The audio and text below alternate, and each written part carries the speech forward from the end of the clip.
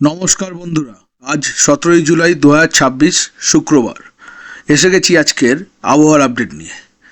বঙ্গোপসাগরে তৈরি হওয়া নিম্নচাপ ক্রমশ শক্তি বাড়াচ্ছে। আলিপুর আবহাওয়া দপ্তর জানিয়েছে, উত্তর ওড়িশা উপকূল ও গাঙ্গেয় পশ্চিমবঙ্গ সংলগ্ন বঙ্গোপসাগরের ওপরে অবস্থান করা নিম্নচাপটি আগামী দুদিনের মধ্যে আরও শক্তিশালী হয়ে সুস্পষ্ট নিম্নচাপে পরিণত হতে পারে। এর প্রভাবে আগামী কয়েকদিন দক্ষিণবঙ্গের পাশাপাশি উত্তরবঙ্গের একাধিক জেলায় ভারী থেকে অতি ভারী বৃষ্টির সম্ভাবনা রয়েছে। আবহাওয়া দপ্তরের পূর্বাভাস অনুযায়ী নিম্নচাপটি উত্তর পশ্চিম দিকে অগ্রসর হবে। এর জেরে দক্ষিণবঙ্গে শুক্রবার পর্যন্ত বৃষ্টি থাকলেও সপ্তাহান্তে উত্তরবঙ্গে বৃষ্টির তীব্রতা আরও বাড়বে। আসুন বন্ধুরা দেখে নিই আজ শুক্রবার কোথায় কেমন বৃষ্টি হবে।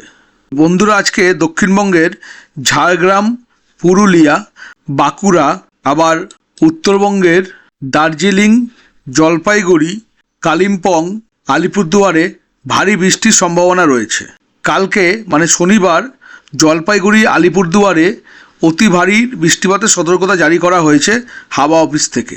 এছাড়া দার্জিলিং, কালিম্পং এবং কোচবিহারে ভারী বৃষ্টিপাতের সম্ভাবনা রয়েছে।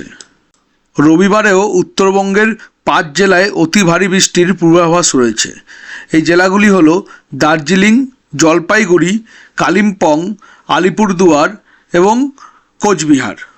পাহাড়ি এলাকায় ভারী বৃষ্টির কারণে ধস ও নদীর জলস্তর বৃদ্ধি এবং জল জমার আশঙ্কা থাকায় স্থানীয় প্রশাসনকে সতর্ক থাকার পরামর্শ দেওয়া হয়েছে।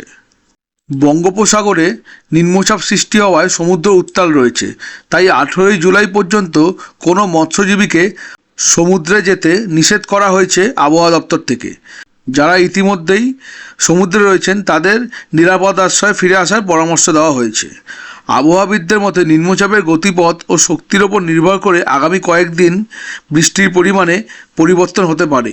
তাই পরিস্থিতির ওপর নজর রাখতে বন্ধুরা আমাদের চ্যানেলটি সাবস্ক্রাইব করে দিন আর বেল আইকনটি অন করে রাখুন, যাতে পরবর্তী ভিডিও নোটিফিকেশান আপনি সঙ্গে সঙ্গে পেয়ে যান।